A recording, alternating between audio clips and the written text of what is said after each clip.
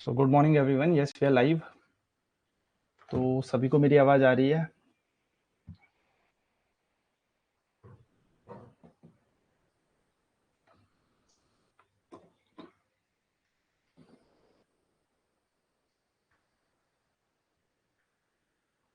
एक बार मैं voice check कर लेता हूँ दोस्तों, फिर शुरू करते हैं क्लास आज की।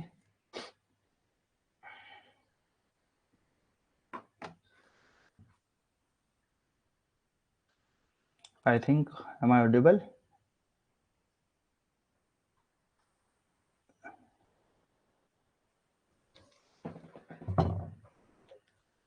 तो यस, मेरी आवाज आ रही है सभी को। और शुरू करते हैं चलो आज का सेशन। तो दोस्तों लास्ट क्लास में हम लोगों ने देखा था लास्ट क्लास में हम लोगों ने एनर्जी, पावर, वर्क सब पढ़ लिया था। और आज की क्लास में हम जो शुरू करने जा रहे हैं दोस्तों, वो शुरू करने जा रहे हैं सेंटर ऑफ मास की कहानी। ठीक है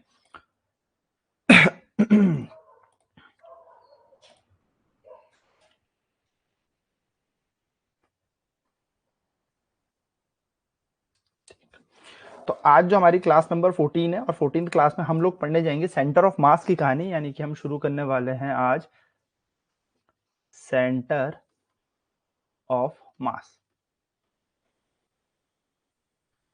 सेंटर ऑफ मास क्या होता है इसके बारे में जानेंगे। तो दोस्तों सेंटर ऑफ मास होता क्या है, देखो जैसे फॉर एन एग्जांपल हमें पता है कि जब कोई बॉडी चलती है तो हमें एक मास कंसीडर करना पड़ता है। भैया मास यानी कि द्रव्यमान हमें लेना पड़ता है।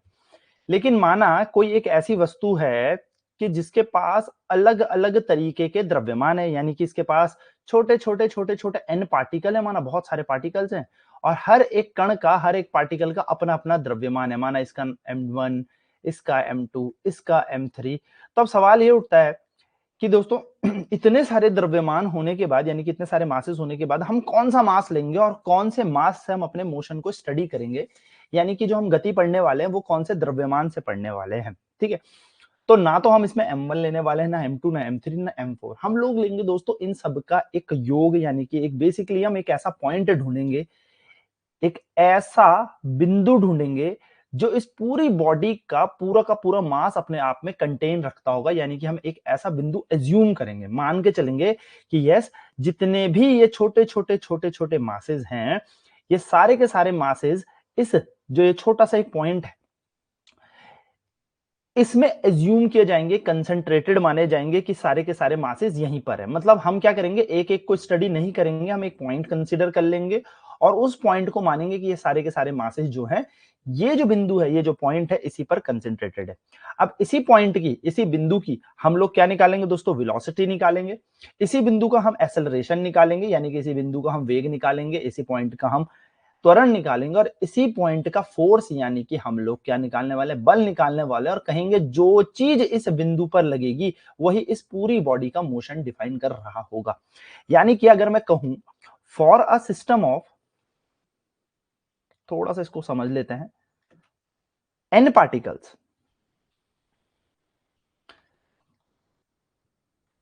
कुल एन पार्टिकल्स इसके अंदर है। Suppose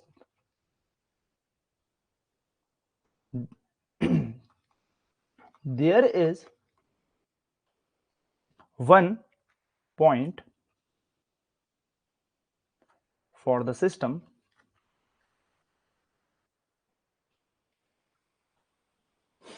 where the entire mass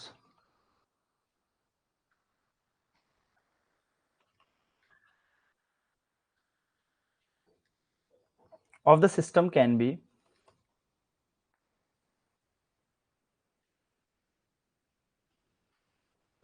assumed to be concentrated।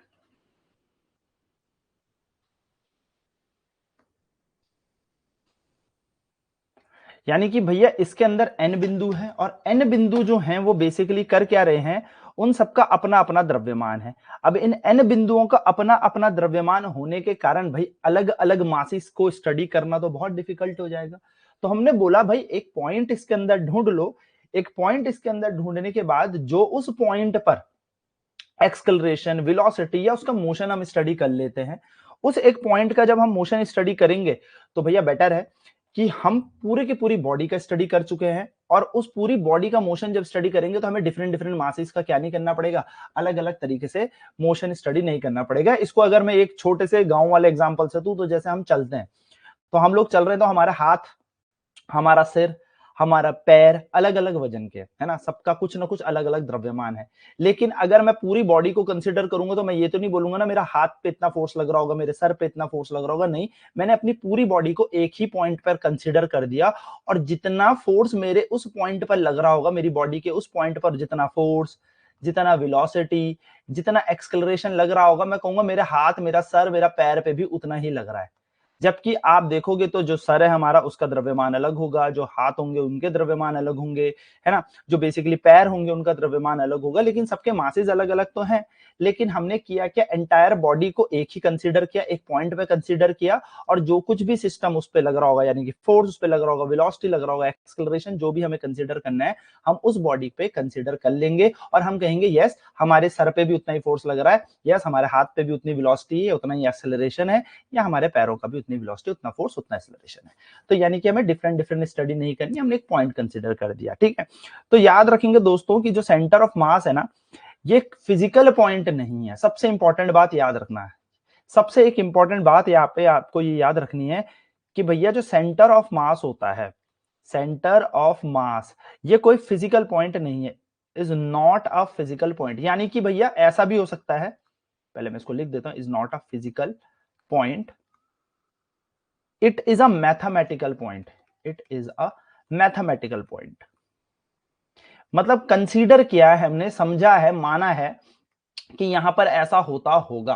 पर दोस्तों जरूरी नहीं है कि जहां पर सेंटर ऑफ मास हो, जहां पर उस बॉडी का सेंटर ऑफ मास यानी कि ये जो केंद्र द्रव्यमान है वो हो, वहां पर कोई मास भी हो, जरूरी नहीं है। क्या पता, हो सकता है कि इस पूरी बॉडी का सेंटर ऑफ मास यहां है और यहां पर कोई मास ही नहीं है, यहां पर कोई मास ही नहीं है, मास यहां पर है m1, यहां पर है m2, यहां पर है m3, लेकिन फिर भी यहां पर होगा।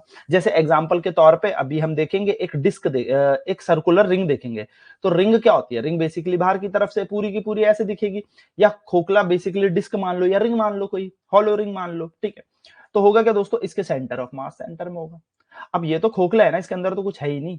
देखो सारा का सारा तो जो भी मास होगा वो यहाँ बटा हुआ होगा सरफेस में, यहाँ सरफेस पे बटा हुआ होगा सारा का सारा, लेकिन हम कंसिडर कहाँ करेंगे, बीच में। अब यहाँ मास थोड़ी है, तो इसलिए ये कोई फिजिकल पॉइंट नहीं है, जरूरी नहीं यहाँ पर मास भी हो। बहुत इंपॉर्टेंट पॉइंट है, याद रखना। क्वेश्चन कई बार ऐसे भी पूछ लेता है कि क्या सेंटर ऑफ मास वाली जगह पर मास होगा, तो आप बोलोगे नहीं, जरूरी नहीं है वहां पर मास होगा। क्यों? क्योंकि ये एक फिजिकल पॉइंट है, फिजिकल पॉइंट नहीं है, ये एक मैथमेटिकल पॉइंट है। ये हमने माना है कि इस पूरी बॉडी का जो मोशन है वो यहां से देखा जाएगा।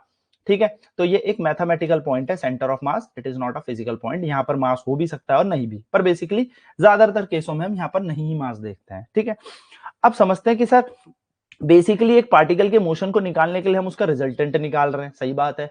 यानी कि हम इतने सारे द्रव्यमान को ना लेके हमने एक ही पॉइंट ले लिया और बोला भैया जो वो पॉइंट काम करेगा वही सारे के सारी बॉडी का भी, जो छोटे छोटे मासेज है उनका भी वही मोशन होगा, है ना। अब इस सेंटर ऑफ मास को निकालना कैसे है सर, समझते कैसे। तो दोस्तों 2D कोऑर्डिनेट सिस्टम में इसको चेक करते हैं, और माना मैंने ये है एक्स एक्सिस और ये है वाई एक्सिस। तो कोई बॉडी यहां पर है, ठीक है, कोई बॉडी यहां पर है, इस बॉडी के अलग अलग पॉइंट है, इस बॉडी के अलग अलग पॉइंट है, माना यहां पर भी है। ठीक है, ध्यान से समझेंगे दोस्तों, यहां पर भी कोई पॉइंट है, यहां पर भी कोई मास है, यहां पर भी कोई छोटा सा मास है, यहां पर भी कोई मास है ना, अलग अलग पास मास है। तो मैंने कहा इस बॉडी का ये वाला पॉइंट मान लेते हैं r1 वेक्टर, क्योंकि इसकी पोजीशन है, देखो कोऑर्डिनेट O से यानी कि ओरिजिन से ये कितनी दूरी पर, r1 पोजीशन वेक्टर दूरी पर है। ठीक है, मान लो यहां पर भी एक पॉइंट है, तो ये यहां से कितनी दूरी पे होगा, r2 दूरी पे ये होगा। फिर ये कितनी दूरी पे होगा सर, ये r3 दूरी पे मान लिया, और ये कितनी पे मान लिया, r4 दूरी पे मान लिया, यानी कि इनके पोजीशन वेक्टर्स हमें दे रखे। अब हर किसी का पोजीशन वेक्टर हमारे पास है, तो हमारा जो रिजल्टेंट वेक्टर होगा वो ओरिजिन से जब हम चेक करेंगे तो let us consider it is r vector. तो दोस्तों एक्स वाई जेड तीन एक्सिस हमारे पास है, और तीन एक्सिस के हिसाब से जो ये बॉडी है ये कहीं भी हो सकती है, लेकिन अभी हमने कहां पे चेक किया, इसे एक्स और वाई में। तो इस बॉडी का ना centre of mass x axis पे देखा जाएगा और वाई एक्सिस पे भी देखा जाएगा। ना सवाल उठता है कि सर कैसे देखा जाएगा।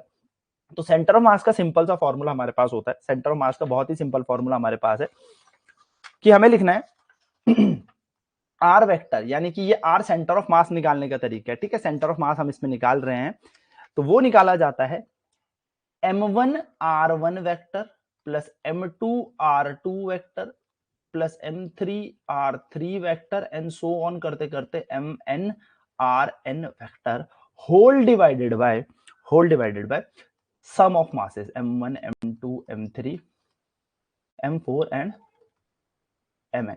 ये हमारे पास सेंटर ऑफ मास निकालने का फॉर्मूला है, m1 r1 plus m2 r2 plus m3 r3 so on करते करते MNRN तक। यानी कि अगर हम इसको इन शॉर्ट लिखें, क्योंकि हमारी बुक्स में कई बार इसको ऐसा लिखा जाता है, तो हम लिखेंगे सेंटर ऑफ मास, यानी कि जो रिजल्टेंट है, जो सेंटर ऑफ मास देखा जा रहा है, वो देखा जा रहा है summation MI vector whole summation M। ठीक है दोस्तों, और समेशन MI का मतलब क्या है? बेसिकली इसका मतलब हो गया पूरी बॉडी का जो मास है वो। तो ये हमारे पास सेंटर ऑफ मास का बेसिकली फॉर्मूला, ठीक है। तो यानी कि यहां पर हमारे पास n पार्टिकल थे, n पार्टिकल बेसिकली इस तरीके से अरेंज है जो ओरिजिन से r1 r2 r3 r4 vector की दूरी पर है। तो अगर हमें सेंटर ऑफ मास किसी बॉडी का निकालना है तो सिंपल करना है m1 r1 plus m2 r2 plus m3 r3 and so on, और उसके बाद हमें टोटल मास से डिवाइड कर देना। अगर इसी तरीके से आपसे पूछा जाए कि x एक्सिस का सेंटर ऑफ मास कैसे देखा जाएगा, x एक्सिस का सेंटर ऑफ मास कैसा देखा जाएगा, तो x एक्सिस के लिए सेंटर ऑफ मास होता है दोस्तों mass into X coordinate, mass 2 into उसका एक्स कोऑर्डिनेट, मास 3 इंटू उसका एक्स कोऑर्डिनेट, और ऐसी सोन करते करते मास n और उसका एक्स nthवा coordinate whole divided by m1 plus m2 plus m3 so on करते करते mn तक। यानी कि इसकी जगह हम इसको ये भी लिख सकते हैं दोस्तों, कई कई बुक्स में आपके पास ये भी लिखा हो सकता है कि ये m1 m2 m3 m4 ना करे और इसकी जगह लिख दे टोटल मास, यानी कि बड़ा वाला m। ऐसे ही y कोऑर्डिनेट का चेक करेंगे तो वो निकलेगा m1 y1 plus m2 y2 so on करते करते mn yn whole divided by m। और ऐसे ही z कोऑर्डिनेट में आप सेंटर ऑफ मास देखेंगे तो it will be m1 z1 plus m2 z2 plus so on करते करते mn zn whole divided bye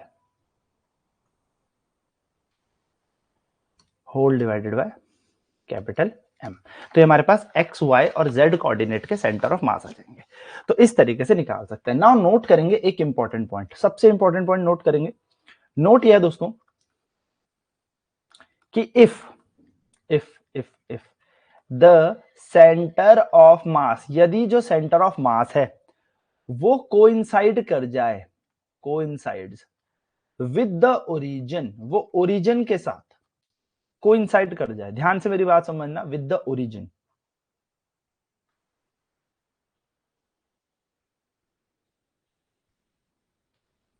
of the system. अगर सेंटर ऑफ मास इस ओरिजिन के साथ कोइंसाइड कर जाए, कोइंसाइड का मतलब क्या हो गया दोस्तों, जो ये देखो मैंने कहा था ये जो आर वेक्टर है, जो ये आर निकल रहा था, ये जो पॉइंट है ये इस तरीके से है कि ये है वो आर, सेंटर ऑफ मास कहां पे आ गया, ओरिजिन पे आ गया।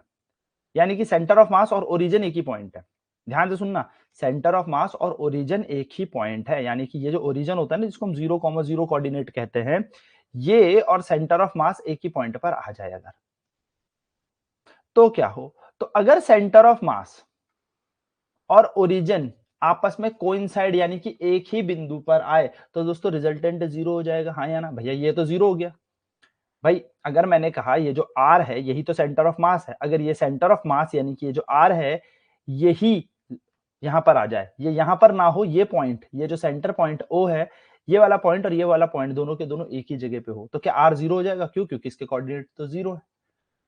ऐसी कंडीशन दिखी कि सेंटर ऑफ मास कोइंसाइड कर रहा है ओरिजिन ऑफ द सिस्टम से, तो इस केस में आर वेक्टर 0 हो जाता है और summation M I R I भी 0 हो जाएगा। अब दोस्तों एक छोटा सा ना एक पॉइंट याद रखेंगे यहां पर, वो क्या याद रखेंगे कि जो सेंटर ऑफ मास अगर आर वेक्टर 0 के इक्वल है तो summation M I R I 0 है। यानी कि सबसे इंपॉर्टेंट बात यह है कि जो मूवमेंट हमें मिलता है, मूवमेंट समझ रहे हो दोस्तों, मूवमेंट का मतलब है ध्यान से सुनना, पहले इसको लिख देते हैं। That is sum of the movements of all the particles about center of mass is 0। ये क्वेश्चन भी पेपर में आया हुआ है। क्या पूछा था? अगर सेंटर ऑफ मास कोइंसाइड कर देता है ओरिजिन ऑफ द सिस्टम से, यानी कि जो ओरिजिन है वही सेंटर ऑफ मास है, तो आर की वैल्यू 0 हो जाएगी। आर अगर 0 हो गया, तो अगर आर 0 हो गया तो इसको 0 कर देंगे, तो ये एम आई यहां मल्टीप्लाई होगा तो 0, तो summation M I R I किसके बराबर हो जाएगा? 0 के। यानी कि दोस्तों सम ऑफ मूवमेंट्स, मूवमेंट का मतलब क्या होता है फिजिक्स में ना, जब भी ये वर्ड आएगा मूवमेंट, तो मूवमेंट किसे कहते हैं? सुनना, मूवमेंट होता है जब किसी फिजिकल क्वांटिटी को, जब आप किसी फिजिकल क्वांटिटी को लेंथ से मल्टीप्लाई करो। किससे? लेंथ से। जब आप किसी फिजिकल क्वांटिटी को लेंथ से मल्टीप्लाई करोगे, into length, physical quantity into length, यानी कि जब आप किसी भौतिक राशि को किसी लंबाई से गुणा करोगे तो उसे मूवमेंट बोलते हैं। जैसे एग्जांपल के तौर पे आपने सुना होगा मूवमेंट ऑफ फोर्स, टॉर्क बोलते हैं जिसे, बल आघूर्ण, टॉर्क। वो क्या होता है? फोर्स फिजिकल क्वांटिटी गुणा परपेंडिकुलर डिस्टेंस, किससे मल्टीप्लाई कर रहे हैं? लेंथ से। ऐसे ही आपने इलेक्ट्रोस्टैट्स में डाइपोल पढ़ा होगा, इलेक्ट्रिक डाइपोल। डाइपोल क्या होता है? वैद्युत द्विध्रुव। क्या होता है? वह होता है हमारे पास Q, यानी कि चार्ज इंटू 2L, किसी लंबाई से। तो जब भी आप लेंथ से किसी फिजिकल क्वांटिटी को मल्टीप्लाई करते हो उसको मूवमेंट कहते हैं। तो आप यहां पे देखो, यहां पर हमारे पास कौन सी चीज मल्टीप्लाई हो रही है? दूरी से। मास, भाई लेंथ क्या है? दूरी है ना। मास इंटू आर, यानी कि मास इंटू आर, यानी कि द्रव्यमान गुना लंबाई, दूरी। तो एम आर हो गया सम ऑफ मूवमेंट। अब सम का मतलब क्या है? क्योंकि समेशन लगा है, तो सम ऑफ द मूवमेंट जो होता है वो पूरा का पूरा क्या हो जाएगा? 0 हो जाएगा। तो जितने भी सेंटर ऑफ मासिस का आप सम निकाल रहे हो, यानी कि m1 r1 plus m2 r2 plus m3 r3, ऐसे करते करते जितने भी सम है वो सारे के सारे किसके इक्वल हो जाएंगे? 0 के इक्वल। ठीक है। हो सकता है दोस्तों आपको ऐसे बोल दे कि if m1 r1 plus m2 r2 plus m3 r3 plus m4 r4 is equal to 0, then it means, इसका मतलब क्या है? देखो क्वेश्चन उल्टा घुमा देगा। एक क्वेश्चन तो हमने ये समझा कि भैया अगर सारे के सारे पॉइंट्स, सारे के सारे जो सेंटर ऑफ मास है, यानी कि सारे के सारे जो रिजल्टेंट आ रहा है हमारे पास, जो सारे के सारे द्रव्यमानों का सेंटर ऑफ मास आ रहा था, वो ओरिजिन पे लाई कर गया। तो यदि वो ओरिजिन पे लाई कर गया तो भैया हमारा क्या हो जाएगा? सेंटर ऑफ मास 0 हो जाएगा। तो आर की वैल्यू हम 0 ले लेंगे। आर की वैल्यू 0 लेते हमारे जितने भी मासों का और रेडियस या उनके रिजल्टेंट, उनके पोजिशन वेक्टर की जो मल्टीप्लाई है, जिसको हम मूवमेंट बोल रहे हैं, इन सब का जो सम है वो 0 हो जाएगा। क्वेश्चन ये आ सकता है कि अगर सेंटर ऑफ मास कोइंसाइड कर जाए ओरिजिन के साथ, देन आप बोलोगे sum of all the movement of particle about centre of mass is 0। हो सकता है क्वेश्चन ऐसे दे दे कि sum of the movement of all the particle about centre of mass is 0 when, कब होगा? When the centre of mass coincide with the origin of the system. हो सकता है दोस्तों वो एक कंडीशन बना के दे कि m1 r1 plus m2 r2 plus m3 r3 and so on करते करते mn rn बराबर 0 है। इसका मतलब क्या है? तो इसका मतलब है कि जो सेंटर ऑफ मास है वो कोइंसाइड कर रहा है, यानी कि मिला हुआ है ओरिजिन से। देखो इक्वेशन के फॉर्म में भी पूछ सकता है, फॉर्मूले के फॉर्म में भी पूछ सकता है, और साथ साथ आपको थ्योरी के फॉर्म में भी पूछ सकता है। ठीक है, ये छोटी सी चीज आपको याद रखनी है, बहुत ही इंपॉर्टेंट है। हालांकि इससे क्वेश्चन अभी देखो कैसे बनता है, इसको भी हम चेक करेंगे। ठीक है, तो आई होप ये समझ में आ गया होगा कि किस तरीके से हम लोगों को यहाँ पर सेंटर ऑफ मास को कैलकुलेट करना है और किस तरीके से हम सेंटर ऑफ मास चेक करेंगे। ठीक है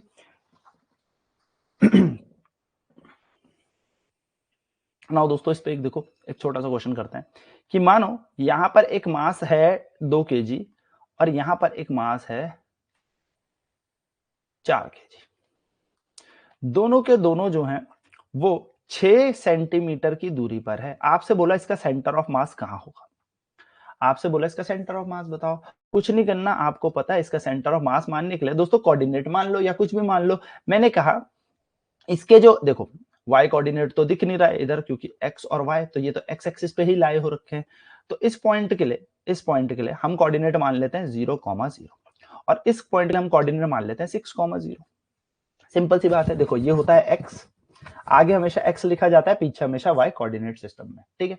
अगर मैं बात करूं कि अगर इसका सेंटर ऑफ मास निकालना है तो x ही निकलेगा, y सेंटर ऑफ मास तो इसका 0 है।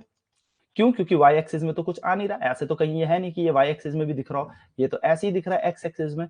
तो x सेंटर ऑफ मास कैसे निकलेगा इस बॉडी का?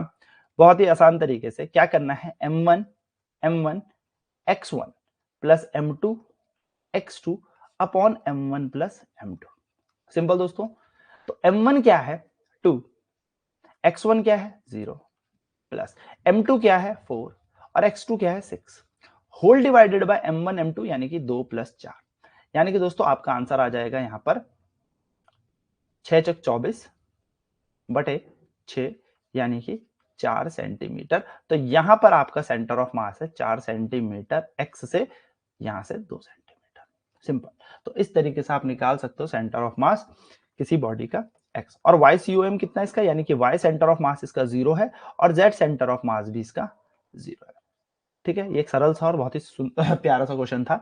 ठीक है, तो आपको करना कुछ नहीं है, आपको ओरिजिन मानना जरूरी है। कहीं पर भी ओरिजिन मानो, आप बीच में भी ओरिजिन मान सकते हो, ऐसा नहीं है कि यहाँ पे सेंटर पे ओरिजिन मानो, इसको कितना पीछे कर देना भाई। अगर मान लो इसको बीच में ओरिजिन मान लो तो इसको -3 पीछे कर लेना, -3 आगे कर दो, +3 आगे कर देना। अगर आपने इन दोनों में ऐसे किया कि ये 6 सेंटीमीटर है तो मैंने कहा ये बीच में है कहीं पे, ठीक है।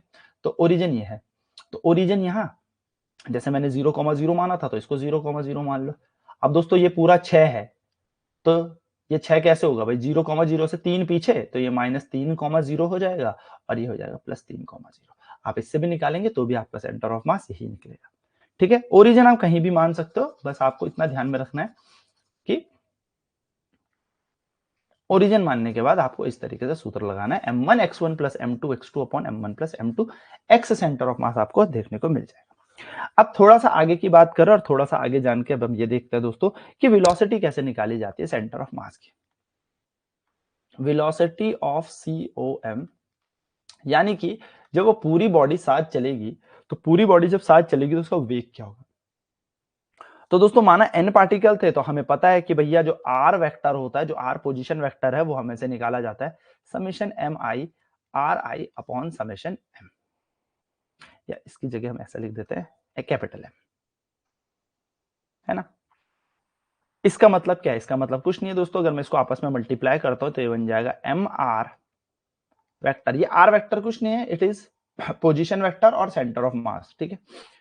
तो हम यहाँ पे कहेंगे क्योंकि रिजल्टेंट है, ठीक है, इसमें आ जाएगा m1 r1 plus m2 r2 plus m3 r3 plus m4 r4 so on करते करते mn rn वेक्टर। अब हमें पता है भैया अगर हमें वेलोसिटी निकालनी है तो हमें क्या करना होता है, डिस्प्लेसमेंट का यानी कि पोजीशन का हमें डिफरेंशिएशन करना पड़ता है टाइम के रिस्पेक्ट में। तो differentiation with respect to time t,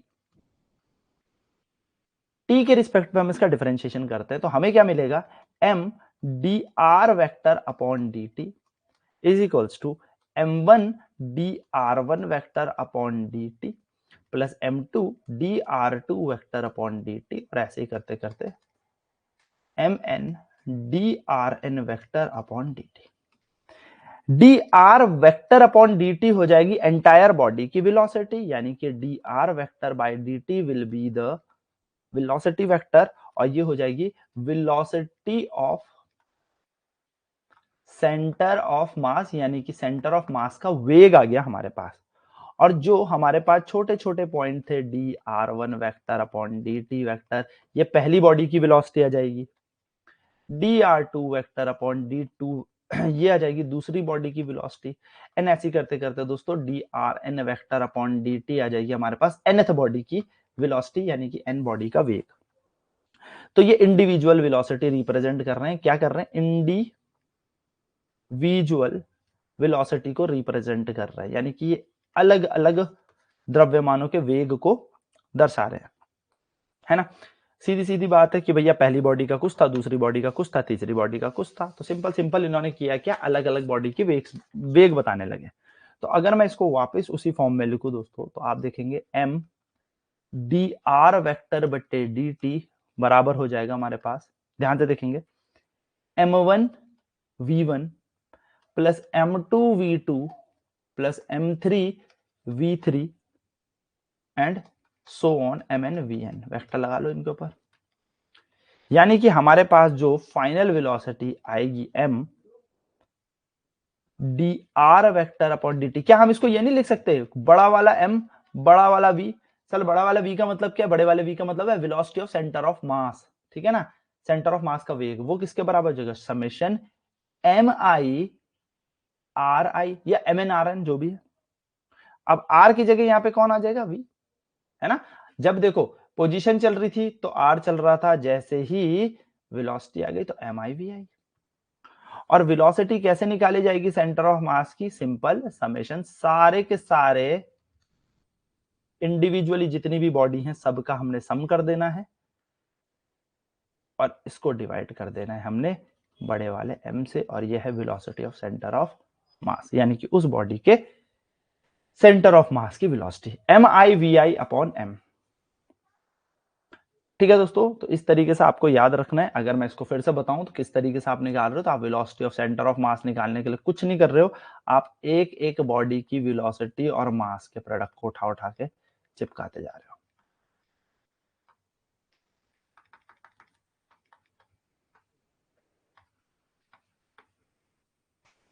एक second, whole divided by capital M. तो इस तरीके से आपकी क्या निकलती है ना दोस्तों। एक और यहां पर नोट पॉइंट याद रखेंगे जिसका नाम है conservation of linear momentum.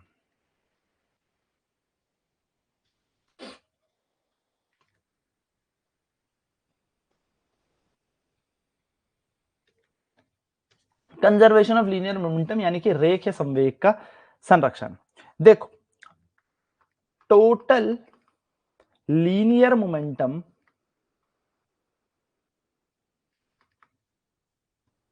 of the system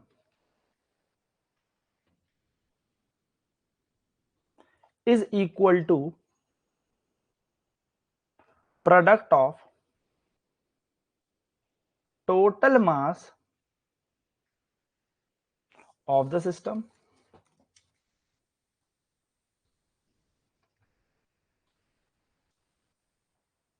and velocity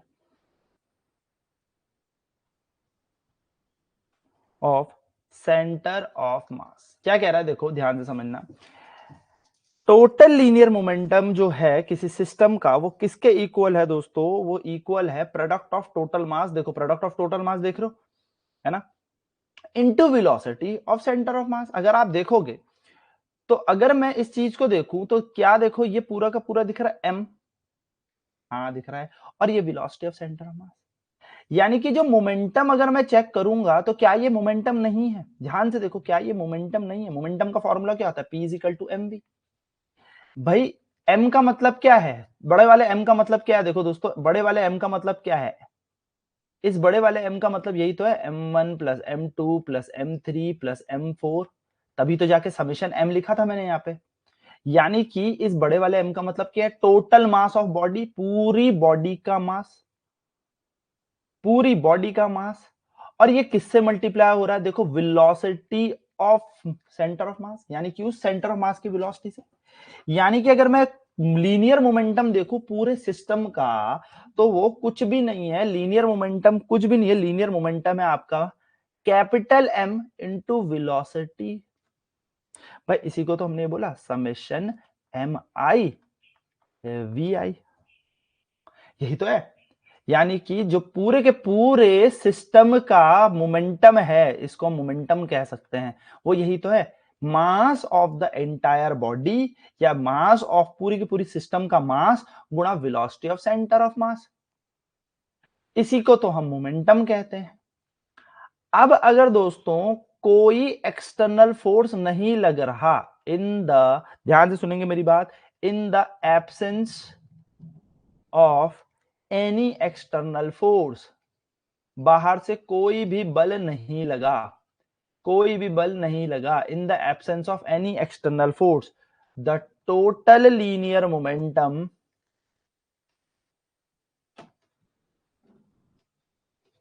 जो पूरी बॉडी है उसका जो लीनियर मोमेंटम है यानी कि रेखीय संवेग है, P vector is conserved. Conserved का मतलब जितना स्टार्टिंग में था उतना ही अभी भी रहेगा, यानी कि मोमेंटम कंजर्व्ड रहेगा in the in the in the absence of any external force. तो आप ये मत सोचिएगा कि अलग अलग मासेस हैं तो मोमेंटम कंजर्व्ड नहीं रहेगा, क्योंकि हम यहाँ पे एंटायर बॉडी का मास एक ही जगह कंसेंट्रेटेड मान रहे हैं, तो भैया लीनियर मोमेंटम भी हमारा कंजर्व्ड रहेगा।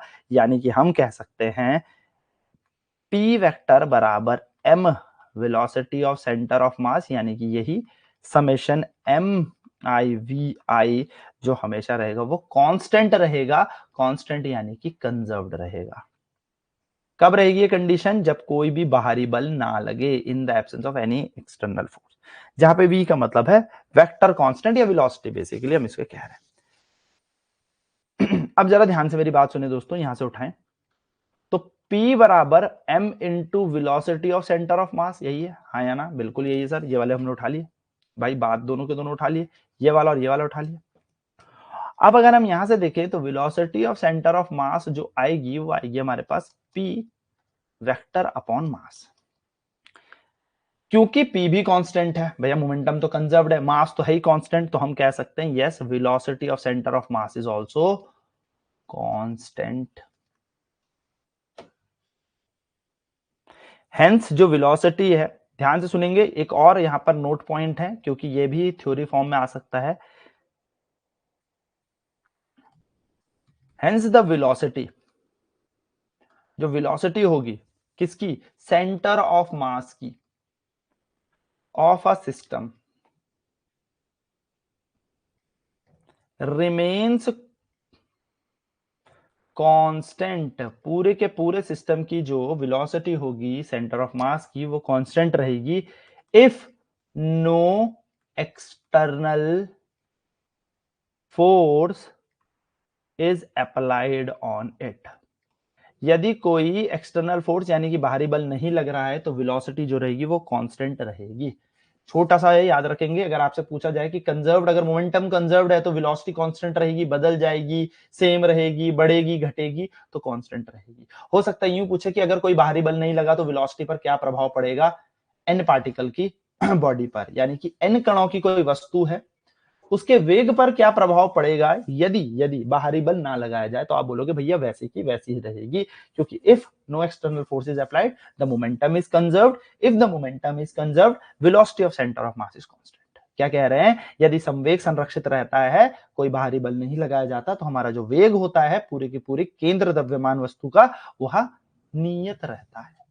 सिंपल है, ज्यादा स्पष्ट सोचने वाली बात नहीं है, इसको नॉर्मल भी लगा सकते हो। नेक्स्ट बात करते हैं एक्सकलरेशन। थर्ड पॉइंट इज एक्सकलरेशन, कि एक्सकलरेशन क्या होता है, त्वरण क्या होने वाला है। तो दोस्तों अभी हमने देखा कि जो मास इनटू वेलोसिटी था वो कुछ इस तरीके से था, m1 v1 vector plus m2 v2 vector plus m3 v3 vector and so on mn vn vector. तो एक्सकलरेशन कैसे दिखा जाएगा? तो भैया एक्सकलरेशन निकलता है वेलोसिटी का डिफरेंशिएशन करके टाइम के रिस्पेक्ट में। तो हमने क्या कर दिया है, एक्सकलरेशन निकालना है टाइम के रिस्पेक्ट वेलोसिटी का डिफरेंशिएशन करके। So it will B m dv vector by dt बराबर, यहां पे आ जाएगा हमारा m1 dv1 vector upon dt plus m2 dv2 vector upon dt। क्या कर रहे हैं हम? डिफरेंशिएशन कर रहे हैं वेलोसिटी का, एंड सो ऑन करते करते mn dvn vector upon dt, जहां पर हमारे पास dv वेक्टर अपॉन dt क्या बन जाएगा दोस्तों? dv वेक्टर अपॉन dt बन जाएगा एक्सकलरेशन ऑफ सेंटर ऑफ मास। ठीक है, और यहां पर हमारे पास जो dv, अच्छा एक इसको पीछे लिखते हैं, और जो ये dv1 वेक्टर अपॉन dt है वो बन जाएगा पहली बॉडी का त्वरण dv2 वेक्टर अपॉन dt जो है वो बन जाएगा दूसरी बॉडी का त्वरण यानी कि एक्सेलरेशन। ऐसे करते करते जो vn वेक्टर अपॉन dt है वो बन जाएगा nth बॉडी का त्वरण। तो हम आपको देखें तो यहाँ पे हमें देखने को मिलेगा कि ma सेंटर ऑफ मास जो है वो है m1a1 vector plus m2a2 vector plus mnan vector. तो जहां पर हमने ACOM बता दिया ये है एक्सेलरेशन ऑफ पूरी बॉडी का, ठीक है, सेंटर ऑफ मास। तो अगर हमें पूछा जाए कि एक्सेलरेशन कैसे निकलेगा तो acceleration of centre of mass निकलता है दोस्तों m1a1 vector plus m2a2 vector plus mnan vector whole divided by capital M, जिसको हम बोलते हैं summation m I A I upon summation m I. इस तरीके से हम acceleration of centre of mass बोल सकते हैं यानी कि त्वरण बोल सकते हैं, ठीक है। ये है बेसिकली हमारे पास त्वरण का यहाँ पर सूत्र। अब यहाँ पर फिर से न्यूटन के सेकंड लॉ की हम बात करें तो according to Newton second law, अगर न्यूटन जी के सेकंड लॉ की हम बात करें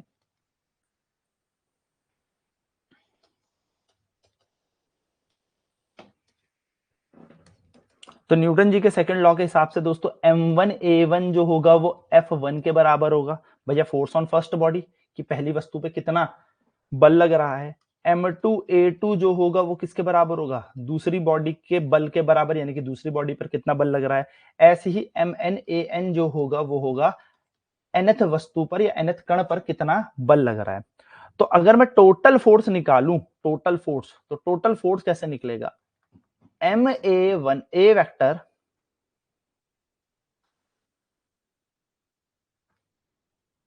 ma वेक्टर सेंटर ऑफ मास, देखो ये ऊपर मल्टीप्लाई किया ना, ये वापस इसको यहां भेज दिया, तो ये किसके बराबर आ गया, f1 vector plus f2 vector plus f3 vector and so on करते करते fnth वेक्टर के बराबर। तो हम कह सकते हैं कि जो प्रोडक्ट है टोटल मास का एंड एक्सकलरेशन का वो किसके बराबर होता है, वो होता है इक्वल वेक्टर सम के इंडिविजुअल पार्टिकल के, ठीक है।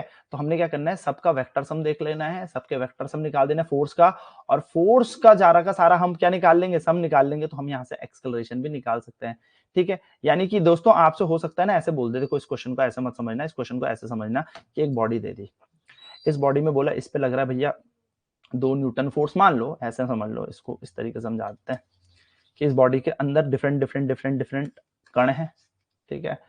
इसके अंदर लग रहा है 2 न्यूटन का फोर्स, इस वाले कण पे लग रहा है 6 न्यूटन का फोर्स, इसमें क्या लग रहा है 3 न्यूटन का फोर्स, इसके अंदर लग रहा है 1 न्यूटन का फोर्स, ऐसे मान लो, ठीक है। इसके पीछे इधर लगा दिया, इस पे 3 न्यूटन का इधर की तरफ बल लग रहा है, बल लग रहा है, ऐसे लग रहा है, ठीक है।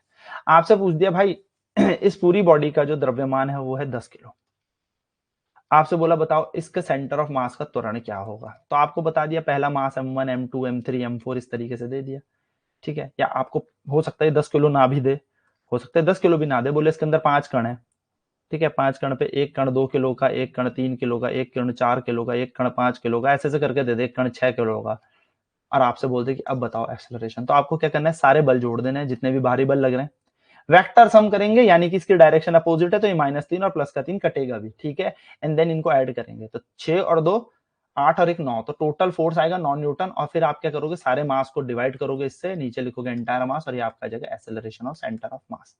तो इस तरीके से कहने का मतलब यह है कि जो आपके पास बल हैं, बाहरी बल, इन सब का योग करेंगे, इन सबके योग करने के बाद आपको जो मिलेगा वो किसके इक्वल मिलेगा, द्रव्यमान गुना त्वरण, यानी कि प्रोडक्ट ऑफ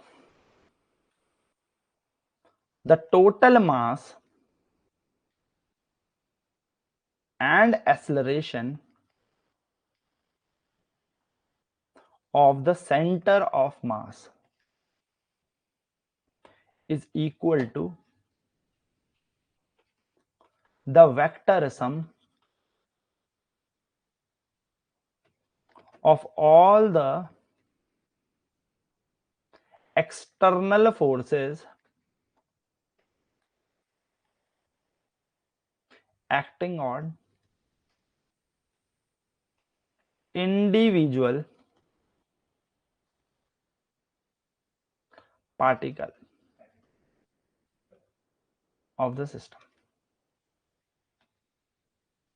ठीक है, तो जो मास और एक्सेलरेशन जो सेंटर ऑफ मास पे है उसका जो प्रोडक्ट है वो किसके बराबर है, एक एक पार्टिकल पे कितना कितना फोर्स लगा है उन सबके वेक्टर सम के बराबर। अब फिर से यहां पर कर दे कि अगर कोई फोर्स नहीं लग रहा, if no force acts on body या if no external force, if no external force acts on body, if no external force acts on body, body के ऊपर कोई एक्सटर्नल फोर्स लग ही नहीं रहा, ठीक है, तो क्या होगा, तो भैया सीधी सी बात है कि जो F1 vector plus F2 vector plus F3 vector जो चल रहा था, यानी कि जो सम ऑफ द फोर्सेज है ये कुछ है ही नहीं, ये तो जीरो के बराबर है, यानी कि जो समेशन एफ आई है यही शून्य के बराबर है, बिल्कुल। यानी कि दोस्तों जो प्रोडक्ट होगा ना मास और एक्सेलरेशन सेंटर ऑफ मास का, वो भी जीरो के बराबर होगा। और इस केस में अगर मैं देखूं तो यहां पे एक्सेलरेशन सेंटर ऑफ मास का क्या होगा, जीरो। तो किसी भी बाहरी बल की, या मैं कह सकता हूं जब कोई एक्सटर्नल फोर्स बॉडी पर नहीं लग रहा तो एक्सेलरेशन क्या है, जीरो। जब एक्सेलरेशन जीरो है इसका मतलब मोमेंटम कंजर्व्ड है। देखो दोस्तों ध्यान से सुनना मेरी बात, घुमा के क्वेश्चन कहां से पूछेगा, मोमेंटम कंजर्व्ड है, मोमेंटम कंजर्व्ड है तो वेलोसिटी कांस्टेंट होती है, हाँ या ना, अभी पढ़ा था, देखो अभी पढ़ा था कि अगर कोई भी एक्सटर्नल फोर्स नहीं लग रहा, कोई भी बाहरी बल नहीं लग रहा तो वेलोसिटी कांस्टेंट है, यदि वेलोसिटी कांस्टेंट है तो एक्सेलरेशन जीरो है। तो हो सकता है आपसे ना फिर से देखो दोस्तों इतने सारे फोर्स आपको दे दे F1 plus F2 plus F3 plus F4 बराबर जीरो और बोले इसका मतलब क्या है, वेलोसिटी कांस्टेंट है, वेलोसिटी बढ़ रही है, वेलोसिटी घट रही है, तो आपके दिमाग की फिर बत्ती जलनी चाहिए कि जब सारे के सारे बलों का योग यानी कि सारे के सारे फोर्सेस का सम जो है जीरो के बराबर है तो एक्सेलरेशन जीरो होगा, और एक्सेलरेशन जीरो होगा तो कोई एक्सटर्नल फोर्स नहीं लग रहा इसका मतलब, और नो एक्सटर्नल फोर्स यानी कि दोस्तों momentum conserve.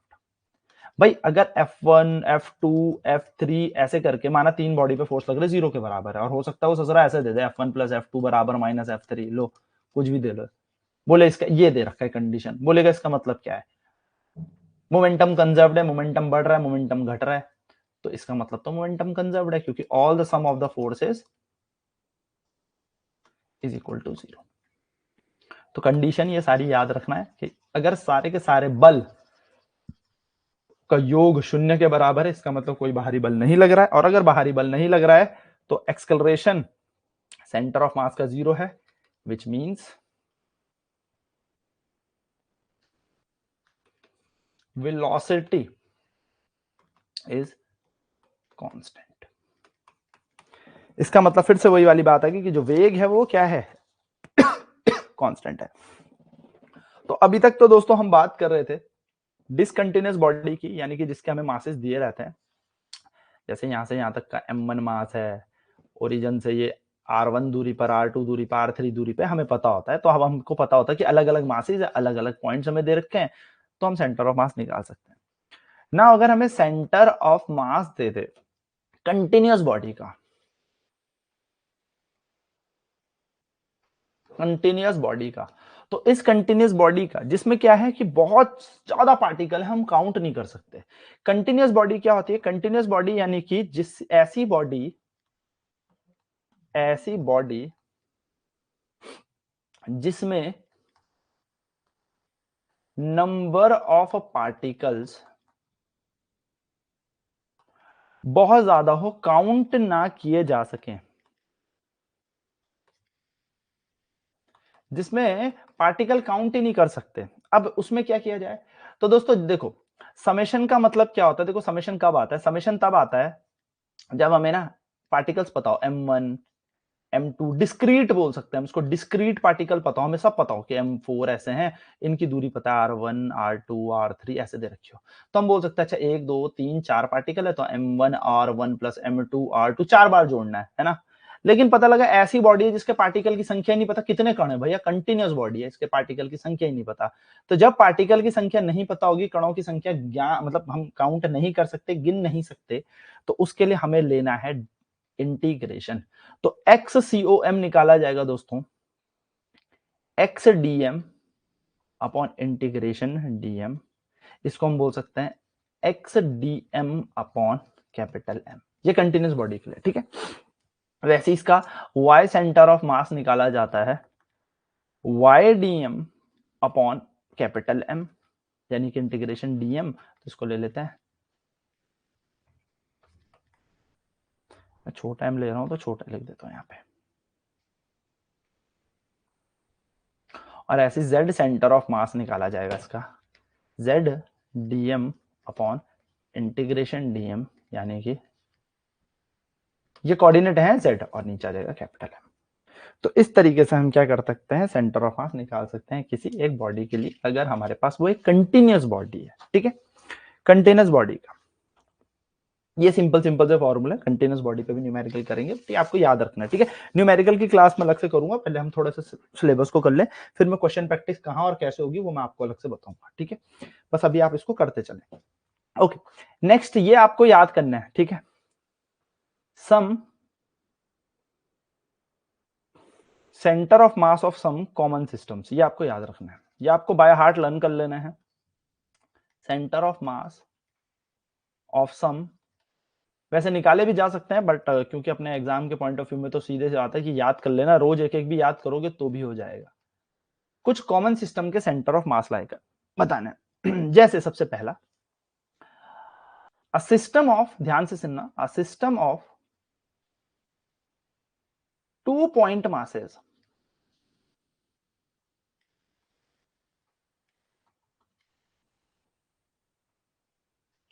the center of mass lies closer to heavier mass। माना 2 पॉइंट मासेस हैं M1 M2, दोनों के दोनों d दूरी से सेपरेटेड हैं। माना यहां पर कहीं सेंटर ऑफ मास है, ठीक है, यहां पर कहीं पे मान लेते हैं सेंटर ऑफ मास। भैया सेंटर ऑफ मास M1 दूरी से X1 दूरी पर है और M2 दूरी से X2 दूरी पर है।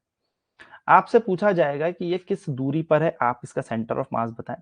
तो दोस्तों X1 निकालने का तरीका होगा, ध्यान से सुनना है, बहुत ही आसान तरीका है, M2 D, M2 into D upon M1 plus M2, बहुत ही आसान है। आपने कुछ नहीं करना, अगर आपको एक सिस्टम दे रखा है जिसमें 2 मासेस हैं, तो सेंटर ऑफ मासेस हमेशा दोस्तों जो भारी मास होगा ना, भारी उसकी तरफ होगा, लेकिन याद रखेंगे एक लाइन में होना चाहिए, ठीक है। तो जैसे भारी द्रव्यमान होगा उधर होगा। जैसे एग्जांपल के तौर पे बोलूं, एक रॉड है, तो रॉड का तो बीच में होता है, चलो मान लिया, ठीक है, रॉड का बीच में होगा। लेकिन अगर मैं इसमें से एक पत्थर लटका दूं 1 किलो का, तो रॉड इधर की तरफ टिल्ट हो जाएगी, क्योंकि सेंटर ऑफ मास थोड़ा सा क्या हो जाएगा, टिल्ट हो जाएगा, सेंटर ऑफ मास थोड़ा सा अपनी जगह छोड़ देगा। तो बेसिकली याद रखेंगे कैसे निकाली जाएगी दूरी, तो x1 निकाला जाएगा M2 into D upon M1 plus M2। और उसी तरीके से दोस्तों अगर आपसे पूछा जाएगा कि भैया M2 मास से कितनी दूरी पर है, तो आप बोलोगे M1D upon M1 plus M2। Simple सा फॉर्मूला है, सिंपल सी चीज याद रखनी है। जो हमने पीछे क्वेश्चन किया भी था 2 और 4 वाला, वो भी इस तरीके से आप कर सकते हो, ठीक है। किया था ना भी कि 2 किलो है, इधर 4 किलो है, दोनों के बीच की दूरी 6 थी, तो बोला भैया यहां से कितनी दूरी पे, तो आपको कुछ नहीं करना, इससे यहां तक x1 मान लो, इससे यहां से x2 मान लो। अच्छा x1 निकालना है, तो 6 4 4 M2 इंटू 6, नीचे दोनों को जोड़ दो, 6 से ये कटा 4, तो सर ये x1 की वैल्यू 4, और इससे पूछा था तो इससे तो बहुत ही आसान हो जाएगा, क्या हो जाएगा M2 M1 D upon M1 plus M2 यानी कि 2। तो यही हमने पीछे किया भी था, तो वही ये क्वेश्चन है। तो इस तरीके से निकाल सकते हो बहुत ही शॉर्ट तरीके से। सेकंड, अगर रेक्टेंगल की प्लेट हो, rectangular plate, uniform rectangular plate हो, तो इसका सेंटर ऑफ मास कहां पर होगा,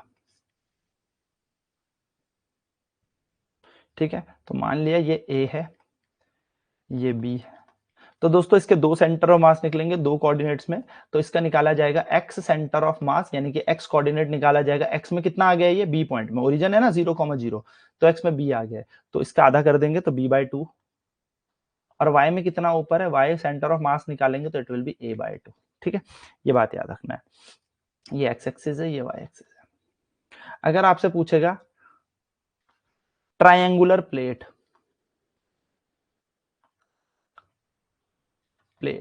ट्रायंगुलर प्लेट, और प्लेट जो ट्रायंगल है वो आइसोसेलेस ट्रायंगल, आइसोसेलेस आपको पता है जिसकी दो साइड्स बराबर होती हैं, दो साइडें बराबर है। तो आइसोसेलेस ट्रायंगल के लिए हम x एक्सिस y एक्सिस, तो इसका सेंटर ऑफ मास यहां कहीं पे होगा ऊपर। तो अगर हम इसका मान लो इसकी हाइट h है, तो x सेंटर ऑफ मास तो इसका होगा नहीं 0, क्योंकि इसका पूरा का पूरा जो बाहर जा रहा है वो y एक्सिस की तरफ जा रहा है, और y सेंटर ऑफ मास क्या होता है दोस्तों, इसका h/3, याद रखेंगे h/3 होगा। ठीक है, चलिए ऐसी बात करेंगे। Next, same to same, right angle triangular plate.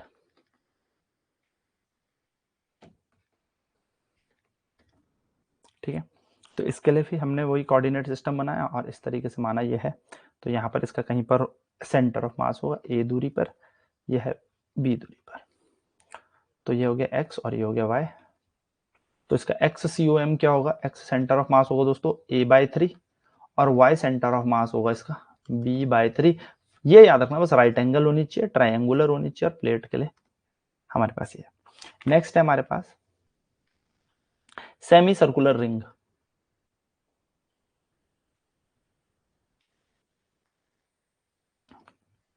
ठीक है, जिसकी रेडियस r है, सेमी सर्कुलर रिंग, तो रिंग है, नाम याद रखना, रिंग है या क्या है। ठीक है, बस नाम से जाना, बाकी लगेंगे तो शक्ल में सेम ही है। तो रेडियस तो इसका r है ही, तो इसका x सेंटर ऑफ मास 0 होगा, और y सेंटर ऑफ मास देखना है तो आप निकालेंगे 2r/पाई। ठीक है, इसी तरीके से छठा हमारे पास होता है सेमी सर्कुलर डिस्क।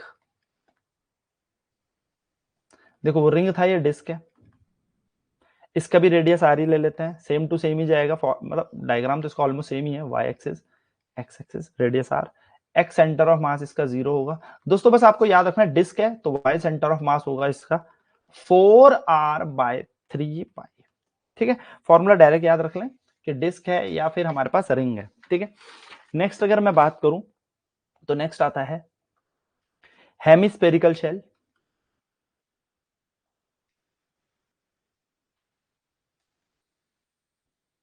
जिसका रेडियस भी r है, सभी का रेडियस r ही था। ठीक है, पीछे तो इस तरीके से कुछ सेमी सर्कुलर शेल है। शेल खोखला गोला होता है, आपको पता है, खोखला है ना, हॉलो होता है शेल, तो वही x axis y axis, origin ये मान लिया। ठीक है, तो इसका निकालना है, तो इसका सेंटर ऑफ मास जो होगा वो 0, और y सेंटर ऑफ मास होगा इसका r/2, रेडियस का आधा।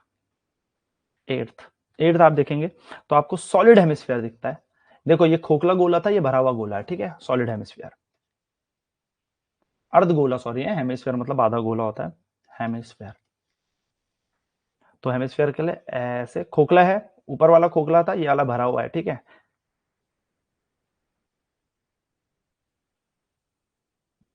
आपको डायरेक्ट ये फॉर्मूले याद रखना है। ठीक है दोस्तों, x COM हो जाएगा 0, और y सेंटर ऑफ मास आ जाएगा इसका 3r/8।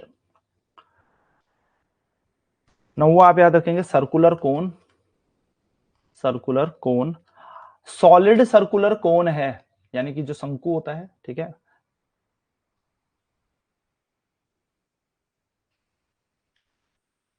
सॉलिड सर्कुलर कोन है, तो उसके लिए क्या करेंगे,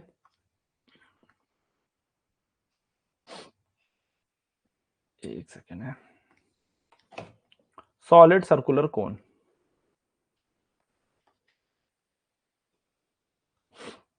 ठीक है, जिसकी हाइट h है, सॉलिड मतलब फिर वही देखो भरा हुआ है। ठीक है, तो x सेंटर ऑफ मास तो इसका 0 हो जाएगा, और y सेंटर ऑफ मास हो जाएगा इसका h/4। याद रखेंगे दोस्तों, सॉलिड है, और लास्ट ऐसे तो बहुत सारे हैं, पर जो इंपॉर्टेंट थे वो मैं आपको सारे लिखा रहा हूं। सर्कुलर कोन, लेकिन ये हॉलो है, हॉलो। हॉलो यानी कि खोखला। तो खोखला जो सर्कुलर कोन है, ठीक है, खोखला सर्कुलर कोन, इसके लिए आपसे अगर सेंटर ऑफ मास पूछा जाए कि इसका सेंटर ऑफ मास कहां होता है, वाई एक्सिस, एक्स एक्सिस पर भी एक्स और वाई कर देते हैं, इसकी एच भी, इसकी ऊंचाई भी एच ही है, तो इसका एक्स सेंटर ऑफ मास 0 होगा, लेकिन इसका वाई सेंटर ऑफ मास सभी को पता है, ये होता है h/3 पोजीशन पे। तो इस तरीके से आपको सारे के सारे सेंटर ऑफ मास जो इंपॉर्टेंट है मैंने सारे लिखा दिए।